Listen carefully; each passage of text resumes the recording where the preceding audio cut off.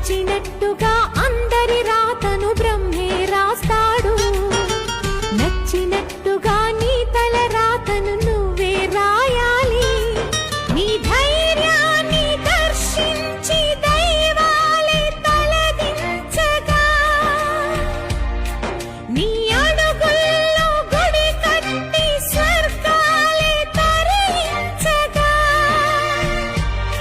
నీ సంకల్పానికి ఆ విధి సైతం చేతులెత్తాలి.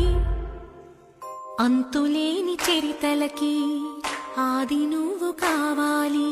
మౌనంగానే ఎదగమని మొక్క నీకు చెబుతుంది. ఎదిగిన కొద్ది ఒదగమని అర్థమందులో ఉంది. అపజయాలు